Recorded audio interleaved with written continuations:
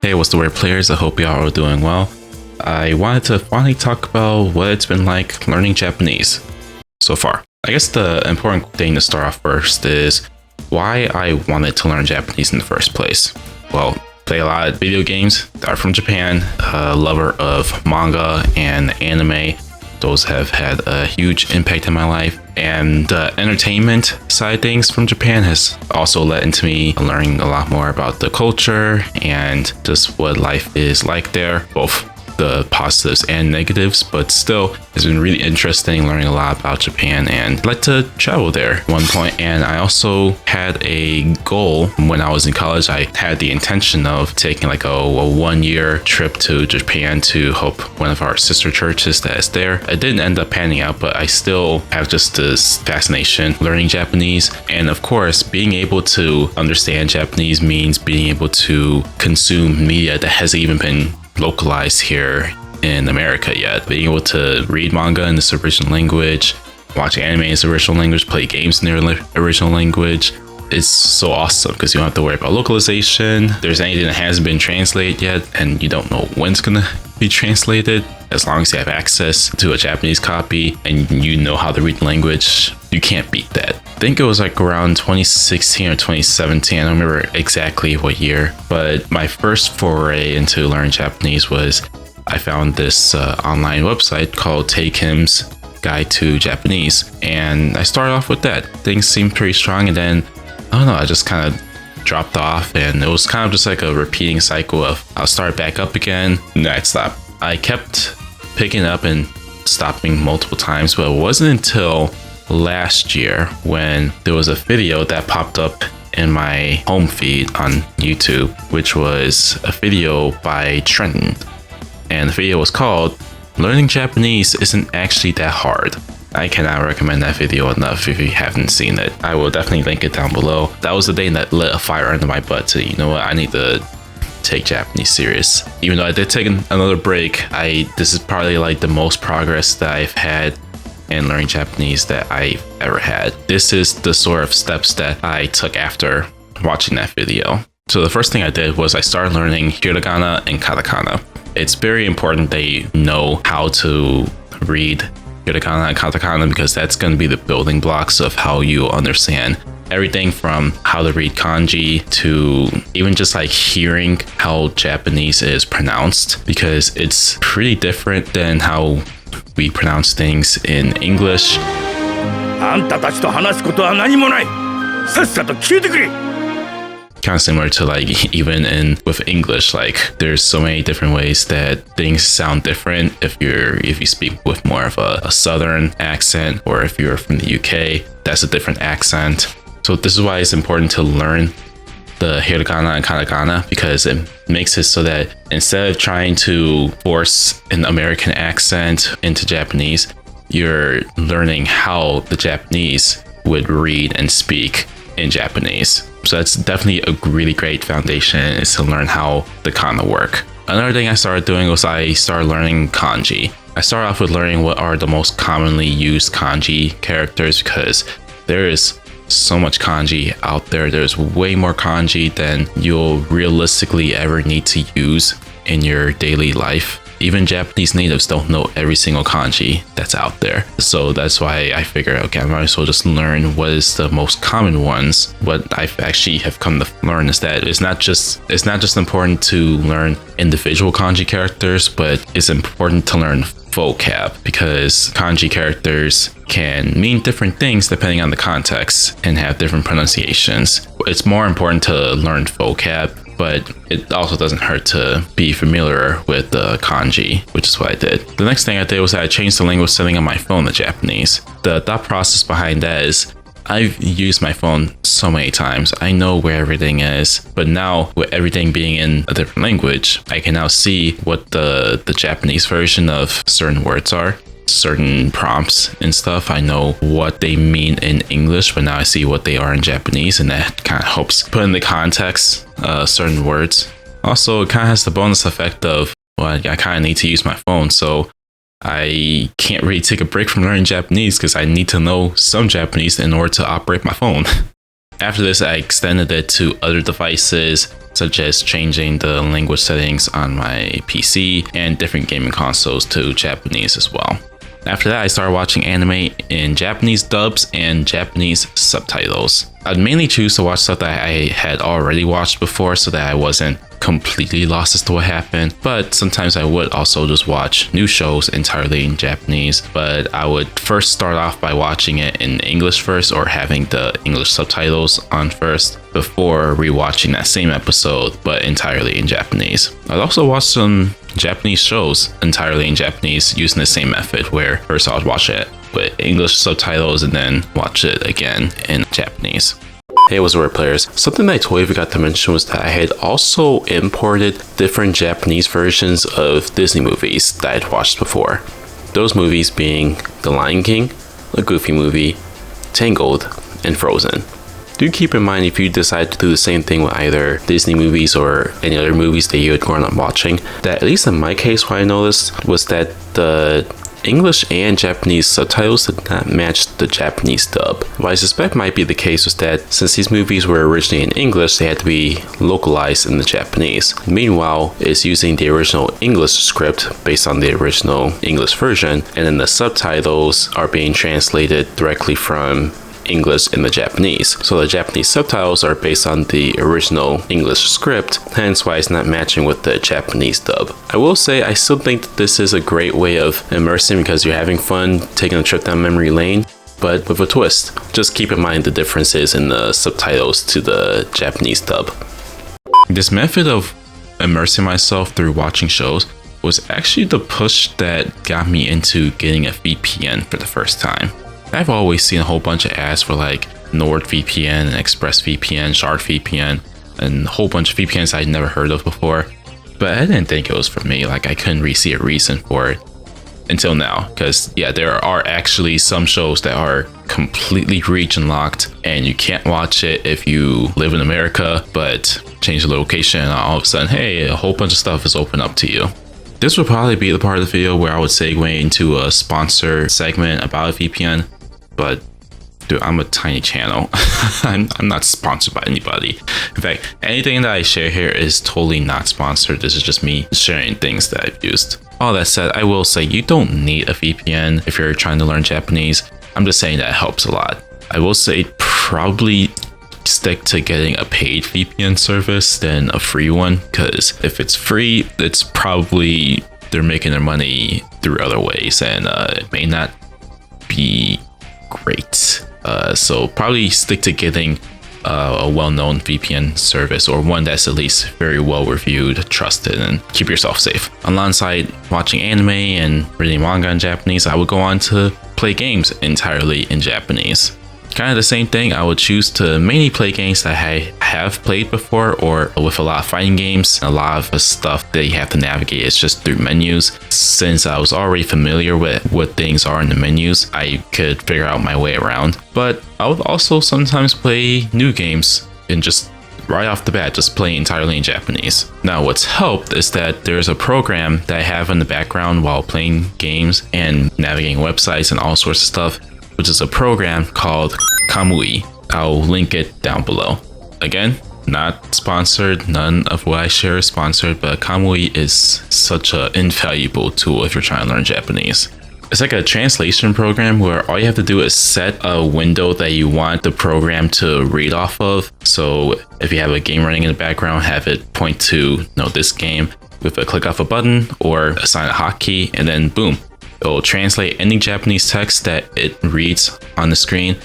It'll give you the translations, it'll break down the sentences, and you can look up what each word means, what the kanji meanings are, especially in context. And it's pretty reasonably priced, in my opinion. You can either pay for $5 a month, you can pay for a yearly thing, which is $48, which comes out to $4 a month, or you can pay for a lifetime license of $200, which allows you to just keep it. Regardless of which version you choose, everything is included.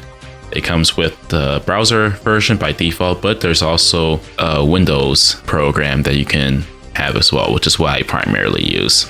It is very accurate from what I can tell, because I have used other translation programs as well, and I would also use Google Translate as a quick way to translate stuff. And Kamui is really effective at not only having really accurate translations, but making it legible for English, because sometimes you get some translations that it really feels like they're just reading it straight through, like doing a direct translation from Japanese to English, and it's like, this doesn't make sense. English grammar, just as a very basic understanding of English grammar, a basic sentence goes subject, verb, object. So I eat apples. But with Japanese, the structure actually goes subject, object, and verb at the end. So I apple eat. As a very basic example, it can go way deeper than that, but that is not what this channel is for. There are dedicated channels and YouTube shorts that can go much deeper into that. But Kamui is really great because it just breaks down stuff in a way that is very legible. And what's really cool is that since it's pulling language that it's reading from the screen, you can interact with the text that it translates so that you can easily copy words, put it onto like a notepad or whatever, and it integrates really easily with this program called Anki.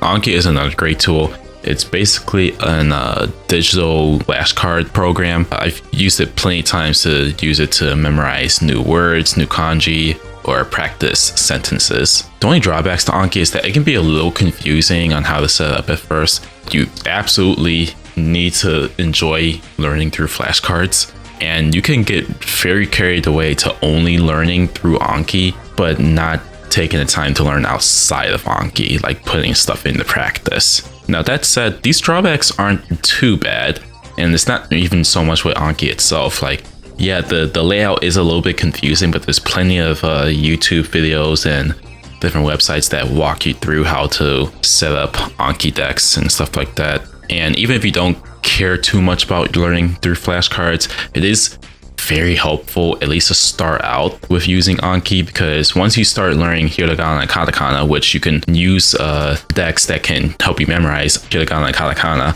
when you're an absolute beginner, it's very helpful to be able to learn vocab using Anki flashcards, because there's just so many words that you'll need to know to be able to form basic sentences and understand stuff. So it helps to be able to follow decks that have common words that you need, but you can also have some fun with Anki, because some of the things that I can do, especially with using Kamui, is I've created decks where I just have different Anki decks of things that just interest me, just to keep it fun. Like I have a deck for Christianity related words and phrases in Japanese, as well as just different scenes from various games and movies in Japanese, and have to remember, okay, what's the English translation for this? It just kind of makes it fun, especially since you create those decks yourself, which makes it a little bit more tailored for you, because hey, you took it yourself, you remember the scene this is from, and then if you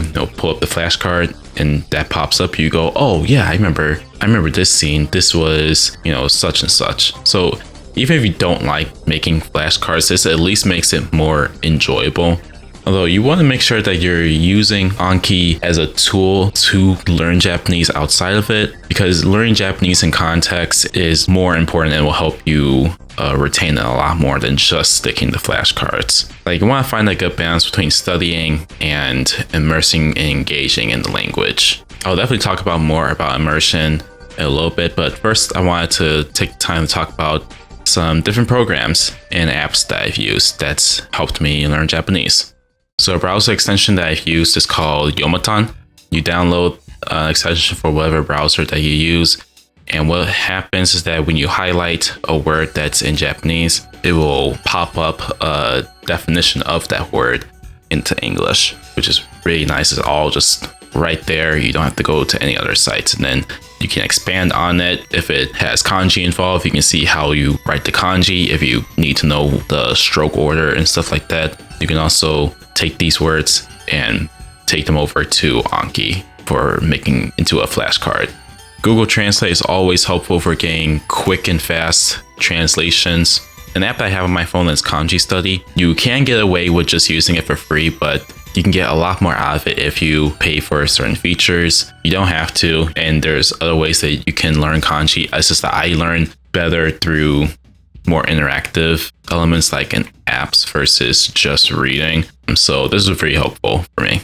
I have italki on my phone. I haven't used it yet because I have enough anxiety talking to strangers in real life and online, and the level of anxiety of trying to talk to strangers in an entirely different language.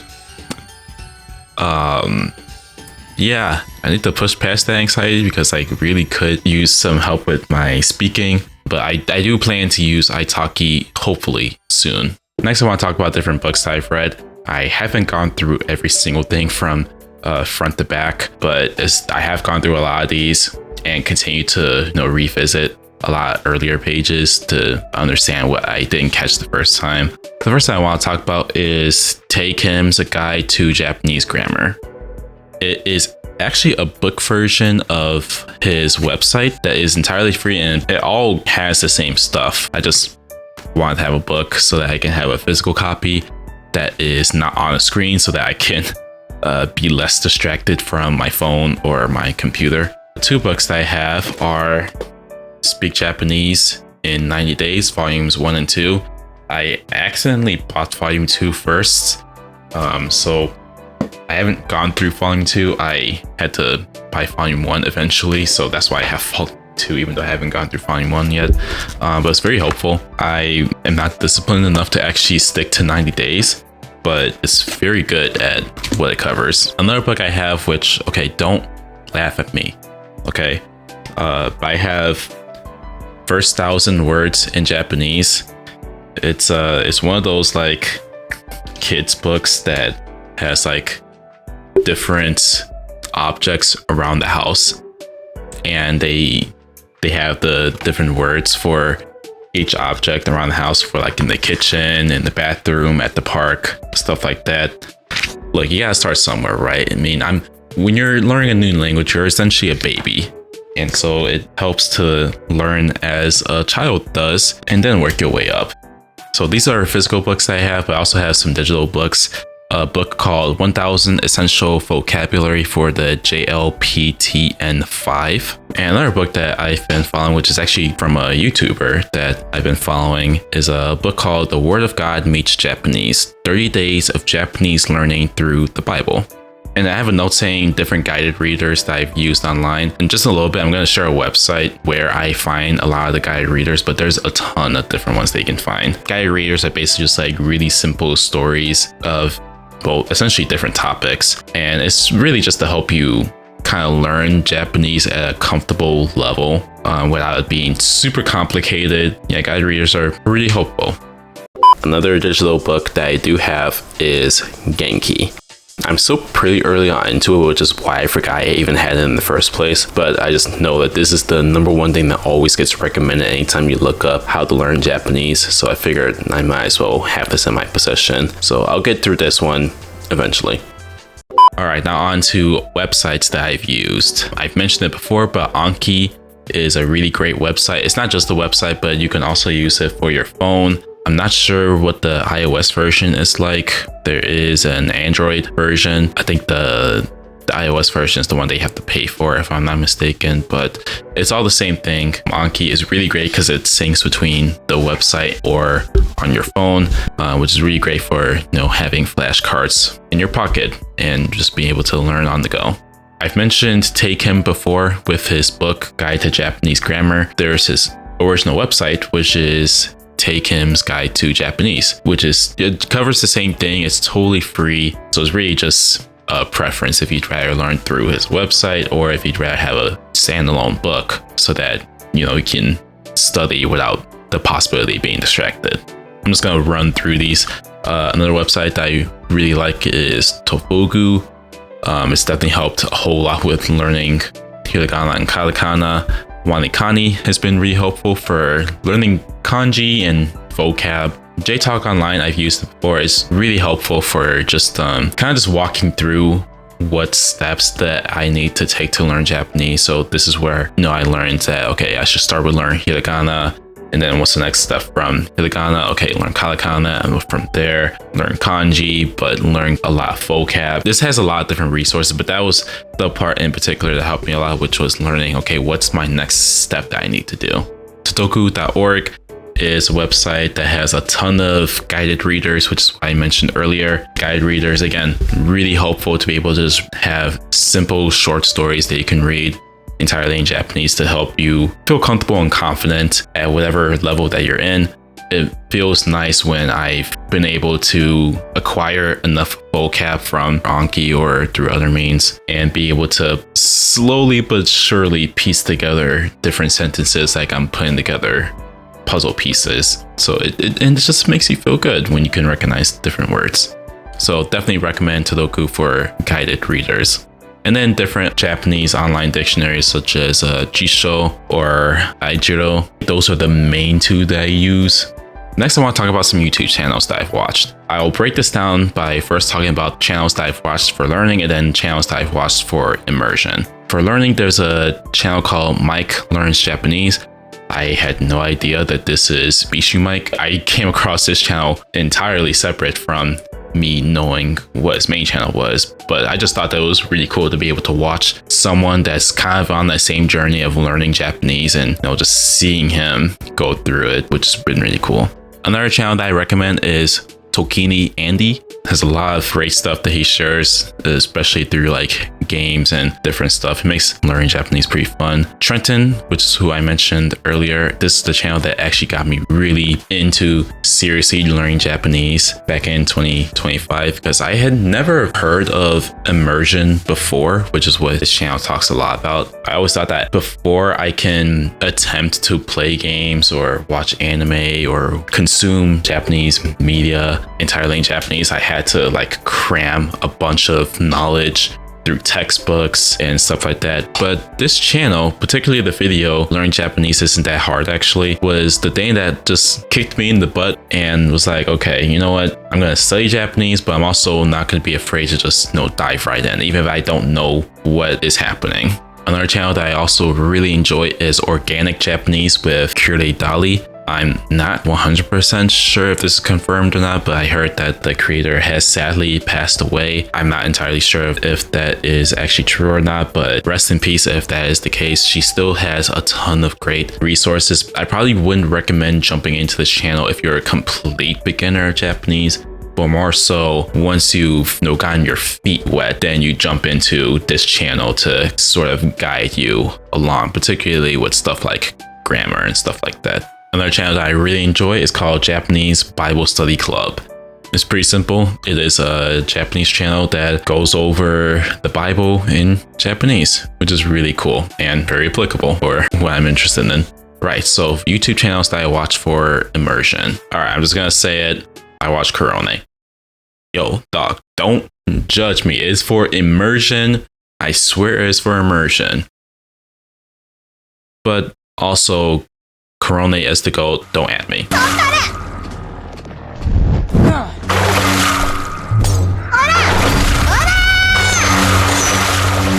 I also love watching Tokido. You may know Tokido for Street Fighter fame. He's a very entertaining YouTuber. He does very well. Like, he is beloved in Japan, especially for the Street Fighter scene. He has a ton of videos and does a ton of vlogs. So there's so much content that you can watch his channel for. Tokido is a great channel for learning Japanese, in my opinion. And it helps all the more if you're a huge Street Fighter fan.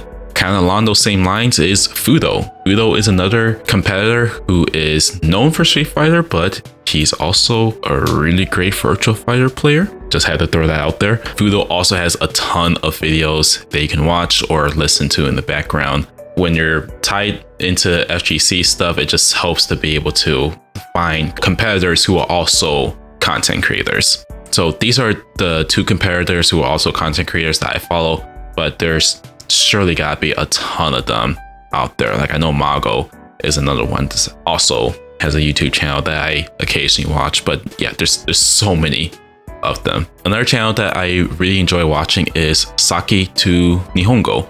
The channel started off with teaching Japanese to English speakers, but then it kind of shifted into sharing the gospel in Japanese. But now it's a combination of the two, where she shares the gospel, but she also teaches English speakers Japanese through the Bible, which is so cool. I love that bridging of two worlds that the channel does. And she is the author of that book that I had mentioned earlier, The Word of God Meets Japanese.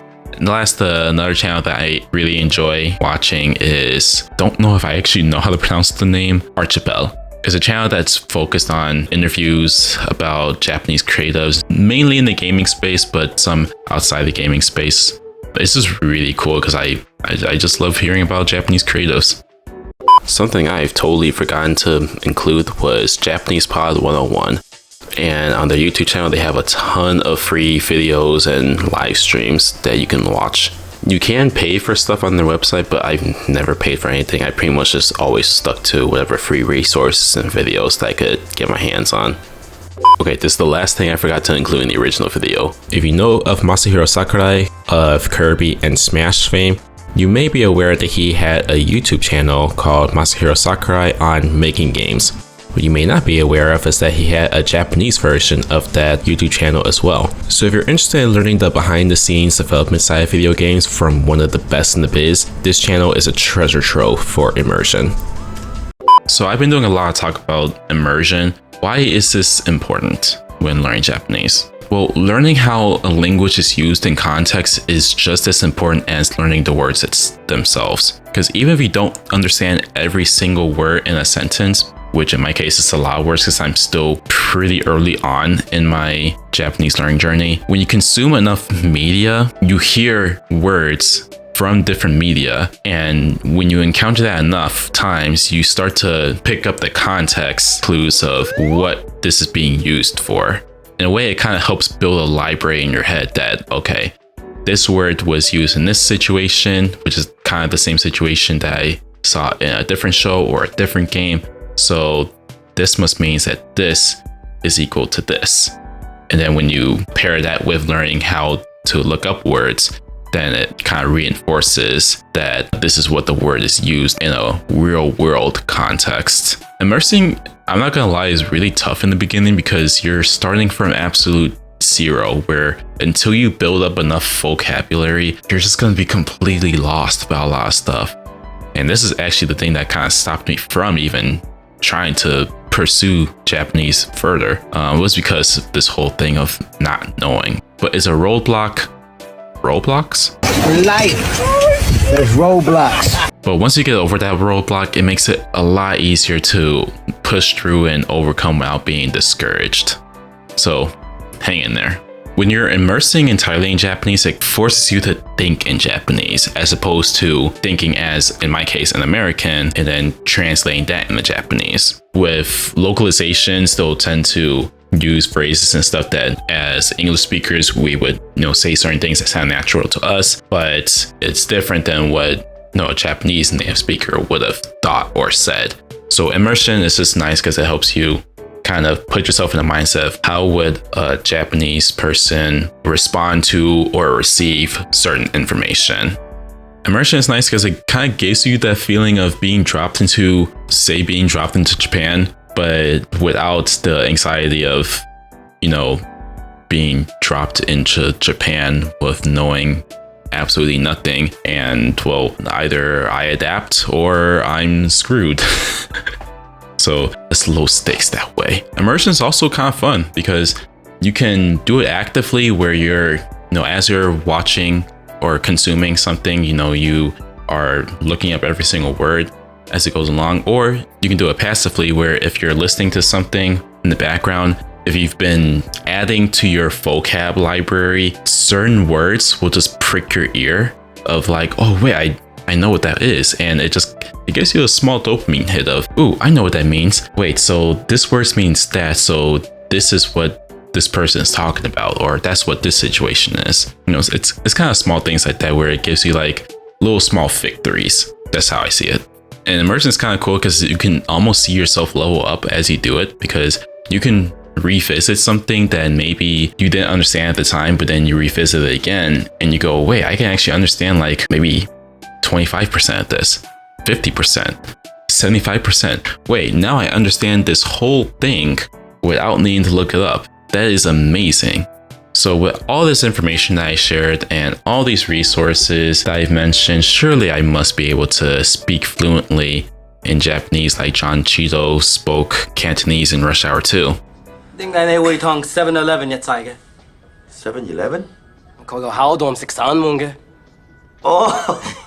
Well, no, I'm still very much a beginner in my Japanese learning journey. Maybe I'm like at an in-between point between beginner and intermediate because I'm not a complete beginner. But I think probably the main reasons is that I don't feel completely comfortable yet.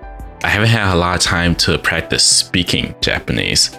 There's not really a lot of opportunities to just practice speaking Japanese. Kind of have to go out of your way to do it through courses or classes or other means like italki. I really need like some kind of partner or mentor, someone that can hear me and correct me and guide me as to where I need to improve so I can feel more confident. Another reason why I don't think I'm quite there yet with my Japanese is because I need some kind of structure because I'm so not disciplined at all with learning. I go through moments where I get like hyper fixated on learning and go, and then I get burnt out. I do want to find a way to sort of figure out a way to balance learning while also being responsible and maintaining all my other stuff. I do want to work on that because I do want to really take learning Japanese seriously. I'm tired of starting and stopping multiple times. Like, this is the farthest that I've gotten so far, and I want to only get even further. I'm a little nervous of showing the process of me learning because it feels a little bit exposing. But I don't know, maybe that's the kind of thing that would help someone to have the confidence to learn Japanese themselves. So I don't know. Let me know down below what do you think would be helpful, if this is something that you would like and I can continue. I guess there's technically something that I've been doing, which is going through the Bible in Japanese on my live streams, where so far I've been going through Genesis, where I will read part of the passage in English, but then I have a Japanese audio reading of that same passage. Maybe I can expand on that, where I like look up different words and whatnot, but that's just a thought. I'm just thinking out loud. I'll think more about this, but definitely let me know if there's anything that you would be interested in watching. Yeah, I think that's pretty much going to cover this. This is how I've learned Japanese up to this point, and I'm curious, is Japanese something that you are interested in learning? Or if you do know Japanese, do you have any suggestions on how I can get better? Regardless, let me know down below what are your thoughts. If you're looking for a non-denominational church, down in the description below will be a link to a church locator. Also down there, you'll find a link to two Discords, my Discord and a Discord to the Christian fighting game community. Feel free to join those if you would like. Last but not least, feel free to subscribe to the channel if you'd like to see more. All right, that is going to be it for me, y'all. Take care, and until next time, peace.